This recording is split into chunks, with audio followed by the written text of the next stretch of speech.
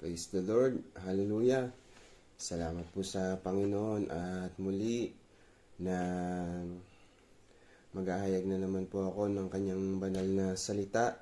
Una sa lahat, pinupuri natin ang ating Panginoon sa bawat araw, sa bawat yugto ng ating buhay. Anumang dumating sa ating mga pagsubok ay kaya-kaya natin.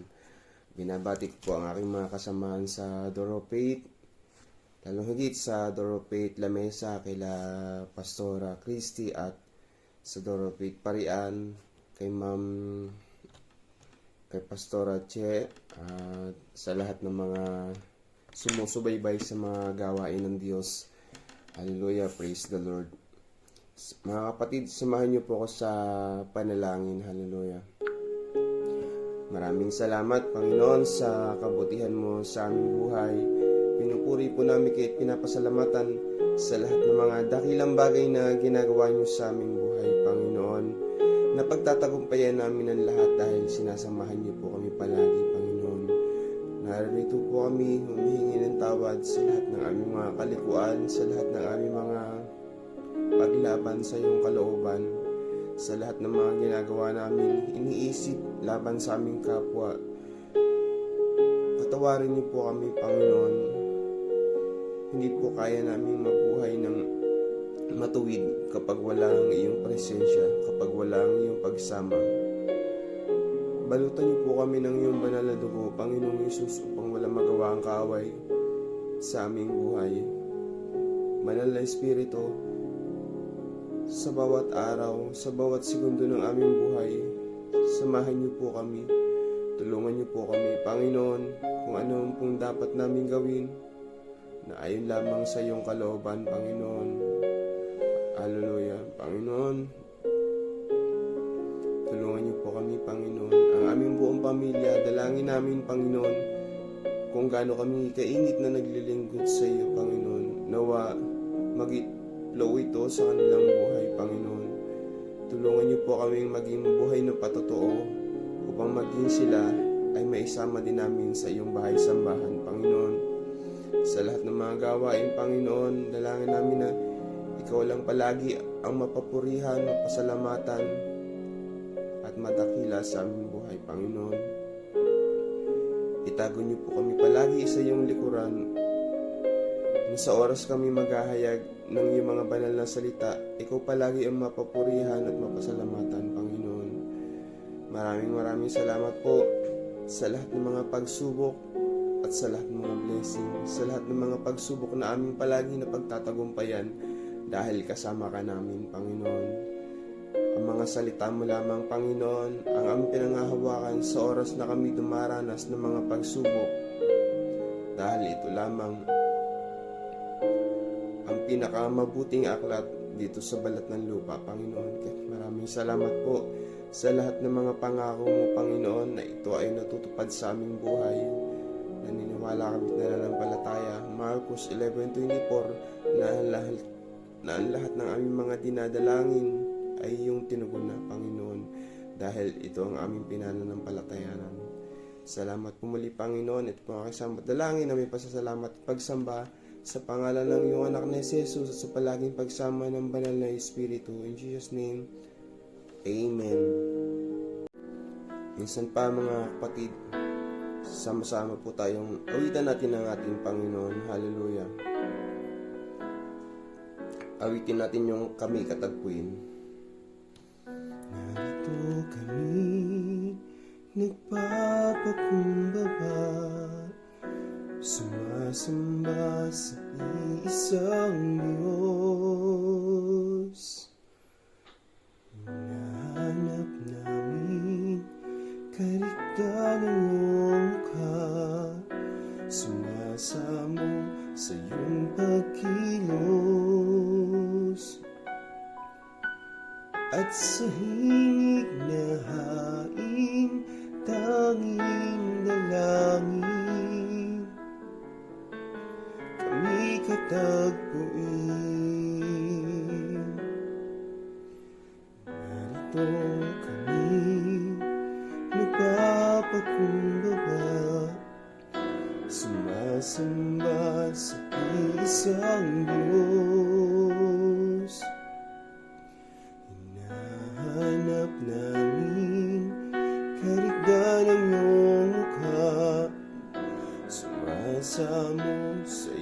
pagkilos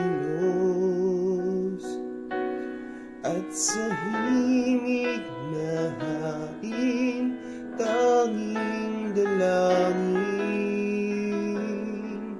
kami katagpuin. Iparanas mo sa amin ang iyong kapangyarihan. Ipamalis mo sa amin ang iyong kalwalhatian. Hanggang ang aming kaluluwa'y mapuspos ng lubusan at sa aming kalagitnaan ay bumaba ang kalangitan. Dakila ang iyong ngalan. Iparanas mo sa amin ang iyong kapangyarihan. Ipamalas mo sa amin ang iyong kalwalhatian. Hanggang ang aming kaluluwa'y mapuspos ng lubusan at sa aming kalagitnaan ay bumaba ang kalangitan. Tila ang iyong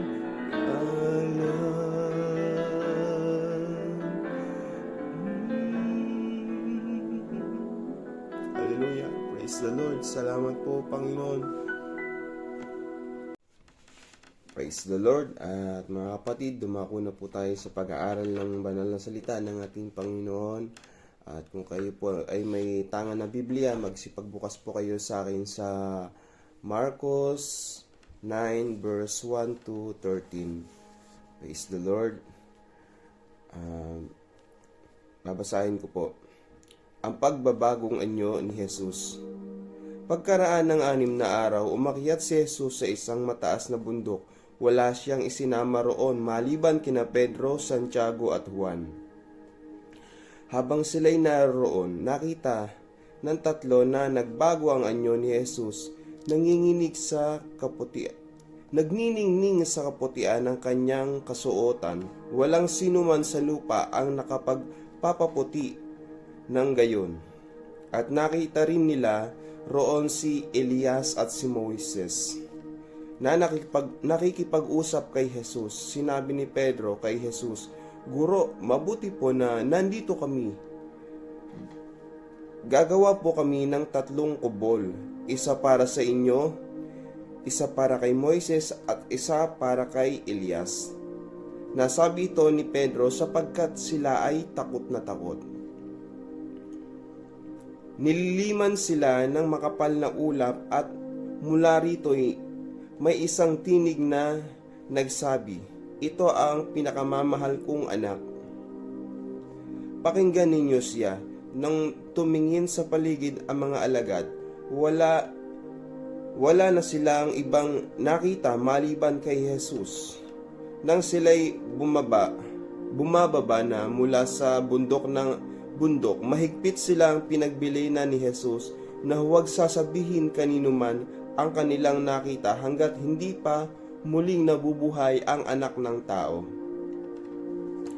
Sinunod nila ang tagubilin ito, ngunit sila'y nagtanungan sa isa't isa kung paano ang kahulugan ng sinabi niyang muling pagkabuhay. At tinanong nila si Jesus, "Bakit po sinasabi ng mga tagapagturo ng kautusan na dapat munang dumating si Elias?" Tumugon siya, Darating nga muna si Elias upang ihanda ang lahat ng bagay. Ngunit, bakit sinasabi din ng kasulatan na ang anak ng tao ay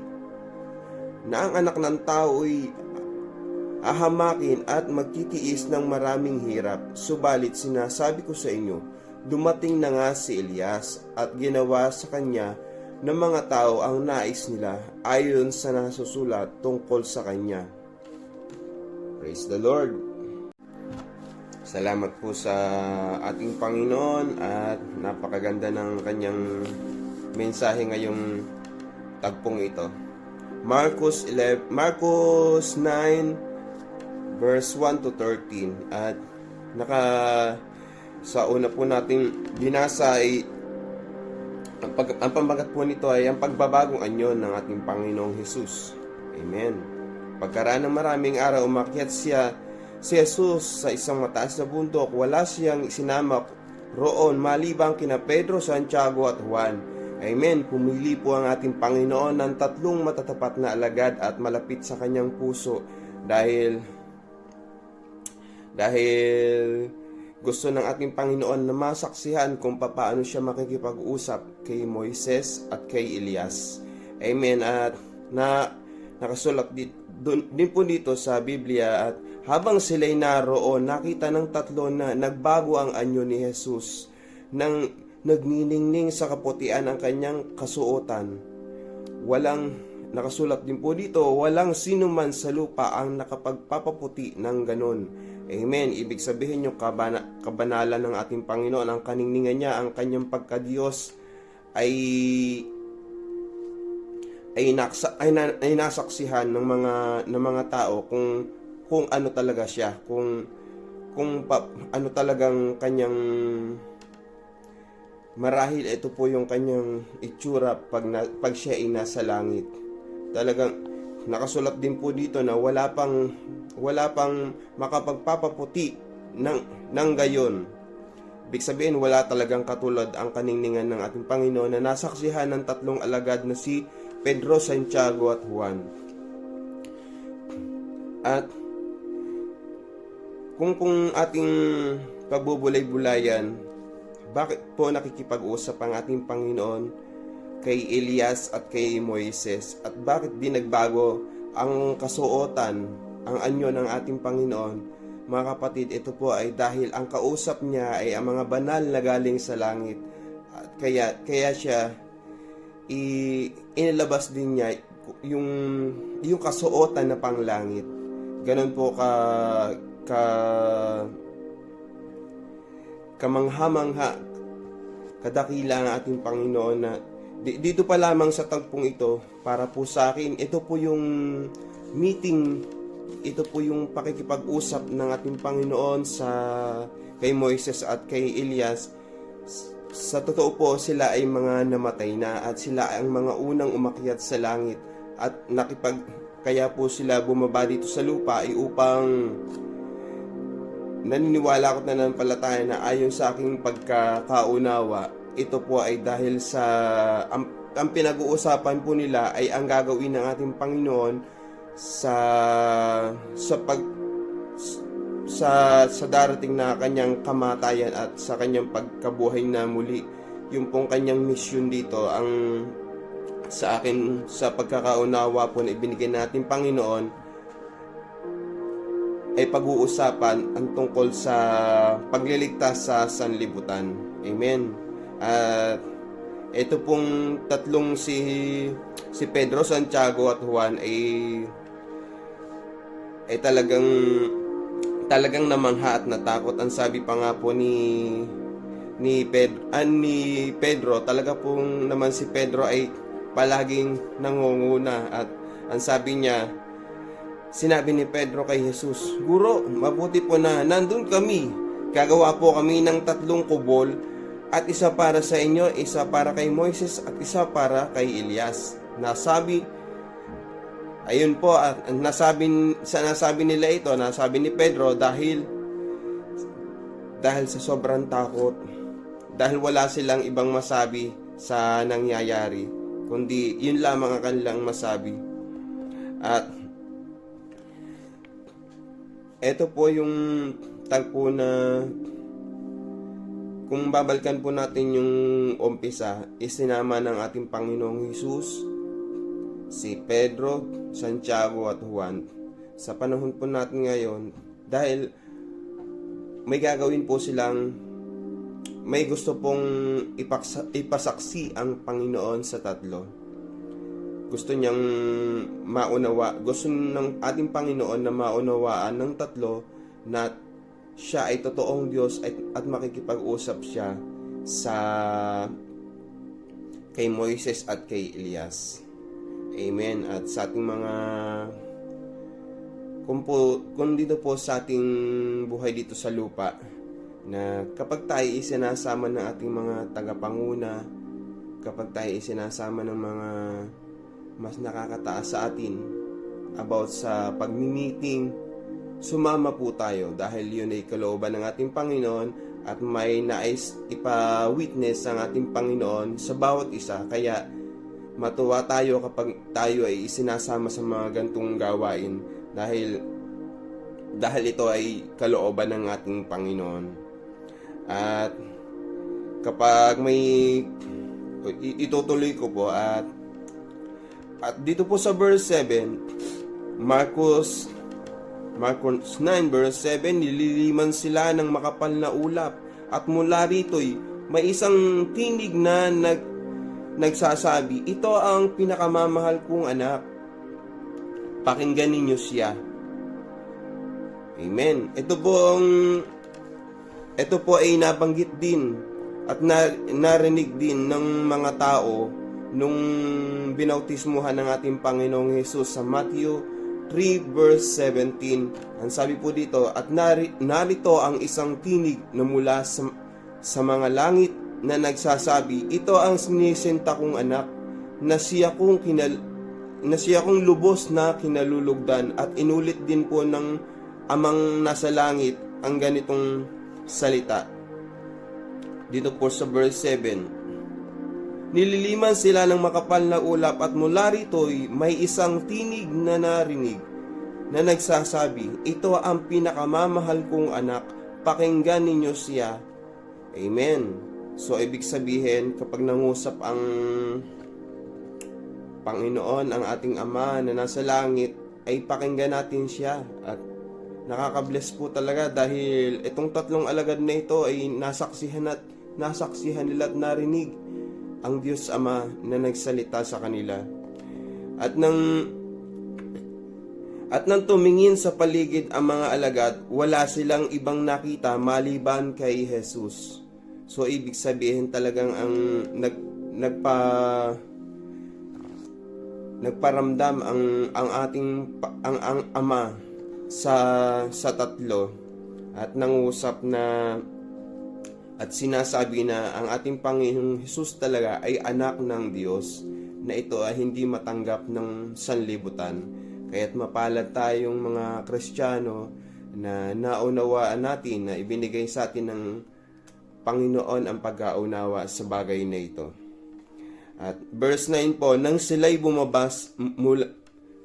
bababa na mula sa bundok, mahigpit silang pinagbilinan ni Jesus na huwag sasabihin kanino man ang kanilang nakita hanggat hindi pa muling nabubuhay ang anak ng tao. Amen. Dahil sinabi po ito ng ating Panginoon upang masunod ang nakasulat sa banal na aklat at masunod ang nais ng Amang nasa langit para sa ating Panginoong Hesus, na masunod na magawa ng ating Panginoong Hesus nang walang hadlang ang kanyang tungkulin dito sa lupa upang tayo iligtas, mamatay siya at pagkalipas ng 3 araw ay siya'y mabuhay na muli. Ito ay kabilin-bilinan ng ating Panginoong Hesus na wag munang sasabihin sa mga tao, kabilin-bilinan sa 3 alagad na si Pedro, Santiago at Juan. At ito ay pinakinggan nga nila. At ang sabi ng ating Panginoon na huwag muna ninyong sasabihin. Ang sabi ng ating Panginoong Hesus na huwag sasabihin kanino man ang kanilang nakita hanggat hindi pa muling nabubuhay ang anak ng tao. Amen. At siya yon ang ating Panginoon. Sinunod nila ang tagubiling ito, ngunit sila'y nagtanungan sa isa't isa. Ayun po, nandun yung pagsunod ng mga alagad, ngunit nandun yung kanilang pagtataka kung bakit ganun ang sinabi ng ating Panginoon, na hindi nila maunawaan ang kahulugan ng sinasabi niyang muling pagkabuhay. Amen. At tinanong nila si Jesus, bakit po sinasabi ng mga tagapagturo ng kautusan na dapat munang dumating si Elias? Amen. At tumugon ang ating Panginoong Hesus, narating nga muna si Elias upang ihanda ang lahat ng bagay. Amen. Ngunit bakit sinasabi din sa kautusan na ang anak ng tao'y hahamakin, magtitiis ng maraming hirap, subalit sinasabi ko sa inyo, dumating na nga si Elias at ginawa nga nila, amen, ginawa sa kanya ng mga tao ang nais nila ayon sa nasusulat tungkol sa kanya. Amen. Kaya po sinabi dito na darating muna si Elias. At ang sabi po dito, si Elias po kasi ay sa lumang tipan. At ang tinutukoy din po dito ng ating Panginoon na sinasabi niya na dumating na nga si Elias at ginawa ng mga tao ang nais nila ayon sa kasulatan. At yung tinutukoy naman po sa bagong tipan ay si Juan Bautista. Si Elias po ay sa lumang tipan na katulad din po ng nagkakatulad ang ginawa ni Elias at ni Juan Bautista. Ang pagkakaiba lamang po, si Elias ay sa lumang tipan at si Juan Bautista ay sa bagong tipan sa kapanahunan ng ating Panginoon Jesus. At tunay po na isa din po na aking natutunan dito at ipasabi ng ating Panginoon na kapag may ibinilin siya na huwag mo nang sasabihin at kung anong nais niya ay ating susundin upang maganap ang kanyang kalooban. Dahil kapag sinuway po natin ang sinasabi ng Panginoon sa atin na nangungusap na sa atin ng ating Panginoon at hindi pa rin natin ito ginagawa, tayo ay mapapahamak. Hindi kalooban niya ang masusunod kung sa atin pong kaisipang tao na ilalabanan natin ang nais ng ating Panginoon. Katulad nga po dito, nakabilin-bilin na ng ating Panginoon na nung sila'y bumababa dun sa bundok, sabi ng ating Panginoon na huwag niyong sasabihin ang lahat ng nasaksihan ninyo hanggat hindi pa nagaganap, hanggat hindi pa namamatay ang anak ng tao at hindi pa nabubuhay ng muli. So ibig sabihin, ang nais talaga ng ating Panginoon ay maganap at magampanan niya ang inuutos sa kanya ng ating Amang nasa langit. Tayo po bang mga Kristiyano ay masunodin sa ating Ama? Amen. Dahil ang pagsunod sa ating Panginoon ay ang kasunod niyan ay biyaya. Praise the Lord at salamat po muli sa ating Panginoon at totoong napakabuti ng ating Panginoon. Nawa maging katulad din tayo ng tatlong tagasunod na kapag naandito po yung pagsunod ng tatlong si Pedro, Santiago at Juan. Ang nakakatuwa po dito, dahil sa kanilang pagsunod, narinig nila, nasaksihan nila ang pagbabagong anyo ng ating Panginoong Hesus at nakikipag-meeting kay Moises at saka kay Elias. Gano'n po kasarap yun na masaksihan ang mga gantong tagpo at ang pinaka-the best pa po yung narinig ang tinig ng ating Amang nasa langit. Nililiman po sila ng makapal na ulap. At ito ay kanilang narinig na sinasabi na sa Matthew 3 verse 13, at narito ang isang tinig na mula sa mga langit na nagsasabing, ito ang sinisinta kong anak, na siya kong lubos na kinalulugdan. Amen. At salamat po sa ating Panginoon at muli inuulit ko at pinapasabi ng ating Panginoon na maging masunurin tayo kung anumang bilin sa atin ng Ama ng ating Panginoong Hesus ng banal na Espiritu ay sundin po natin upang hindi tayo mapahamak at masunod ang kanyang kalooban. At sa Diyos po ang lahat ng papuri, parangal at pagsambat, pagdakila. Hallelujah. Samahan niyo po akong manalangin, mga kapatid. Praise the Lord, Panginoon. Maraming salamat po, Panginoong Hesus, Ama, Holy Spirit, sa kabutihan mo sa aming buhay. Salamat po sa lahat ng mga pagpapaalala, Panginoon.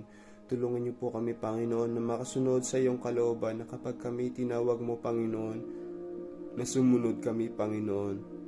Maraming salamat po, Panginoon, sa lahat ng mga pangako mo sa aming buhay na ito ang aming pinangahawakan na sa oras na dumaranas kami, Panginoon, na mga pagsubok dito sa lupa, Panginoon. Wala pong katagumpayan kapag hindi ka namin kasama. Banal na Espiritu, tulungan niyo po kami palagi, Panginoon. Dinadalangin po namin, Lord, ang lahat ng aking mga kababayan sa Pilipinas, Panginoon, anuman pong dinaranas nilang mga pagsubok doon, Panginoon, naniniwala kami at nananampalataya na magiging maayos din po ang lahat, Panginoon.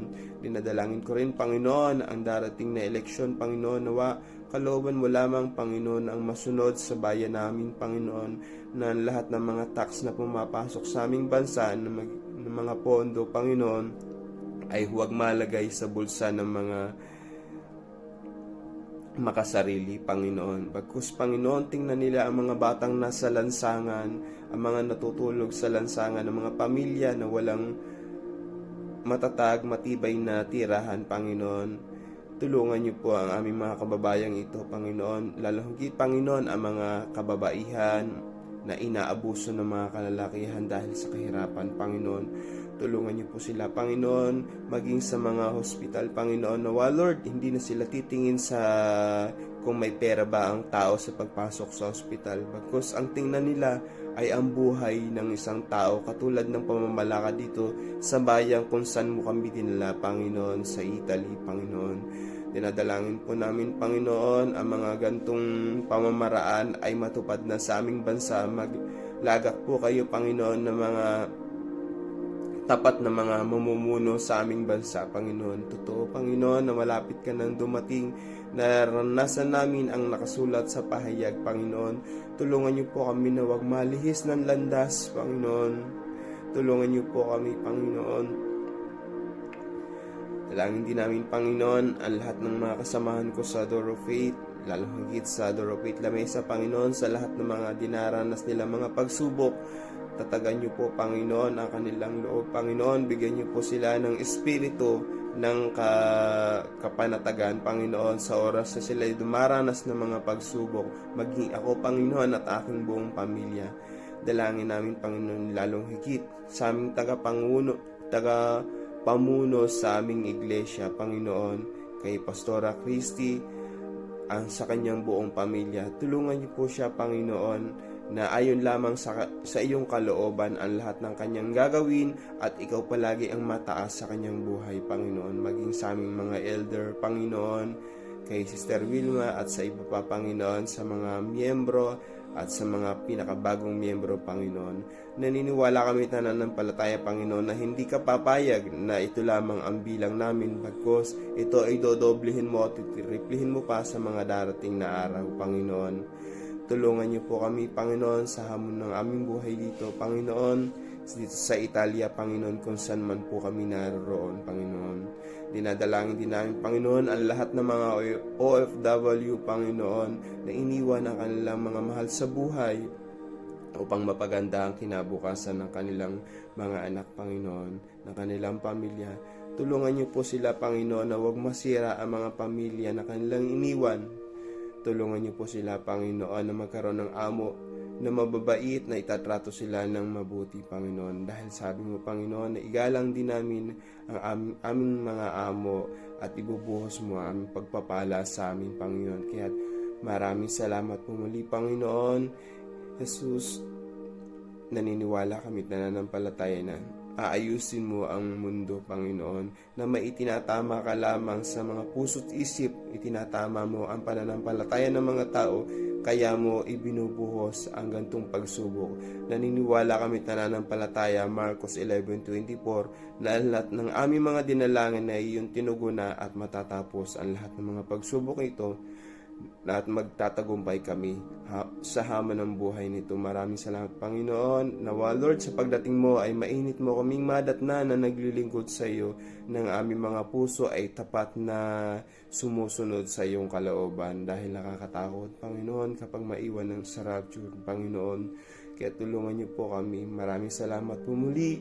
Ito ang aking samot dalangin na may pasasalamat at pagsamba. Sa pangalan ng iyong anak na si Jesus at sa palaging pagsama ng banal na Espiritu.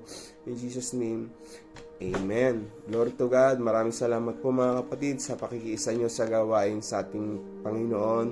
At sa Diyos ang lahat ng papuri, parangal, pagsamba at pagdakila, ang lahat ng mga dalangin ng ating puso ay tinugunan ng ating Panginoon. Amen. To God be the glory. God bless us all.